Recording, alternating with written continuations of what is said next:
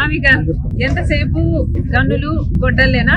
ఎంతసేపు నరకాలి, చంపాలి, నాశనం చేయాలి, ఇదే నిర్మించాలి, కట్టాలి అన్న ఆలోచన వైసీపీకి జగన్మోహన్ రెడ్డి గారికి ఉండుంటే అధికారంలోకి వచ్చిన 6 నెలల్లో జలయజ్ఞం పూర్తయిపోయింది.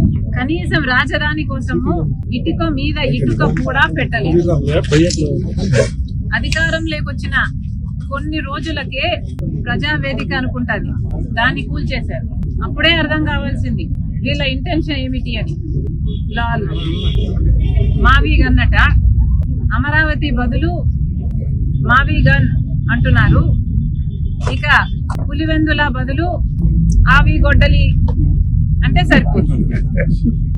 ఎలాగో మీరు గన్నులు గొడ్డలు ఇవే మాట్లాడతారు కాబట్టి దీనికి మావి గన్నుకు మీ పేరు పెట్టండి, పులివెందులకి అవినాష్ పేరు మీద ఆవి గొడ్డలి పెట్టండి.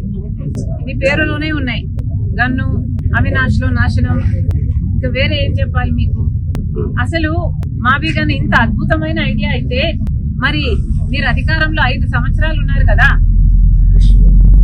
మరి గాడిదలు కాసారా? ఎందుకు అమలు పరచలేదండి మావి గన్ను?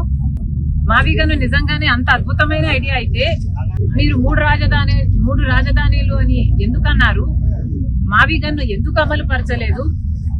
ఆ 5 సంవత్సరాలు గుడ్డిగుర్రాలకు పళ్ళు తోమారా లేక నిద్రపోయారా?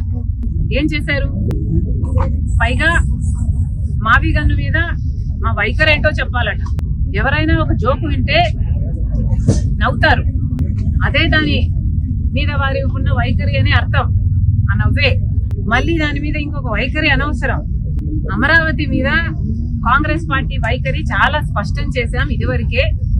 పార్లమెంట్ లో కూడా మా మణికం ఠాగూర్ గారు కాంగ్రెస్ పార్టీ వైఖరి మళ్ళీ స్పష్టం చేశారు.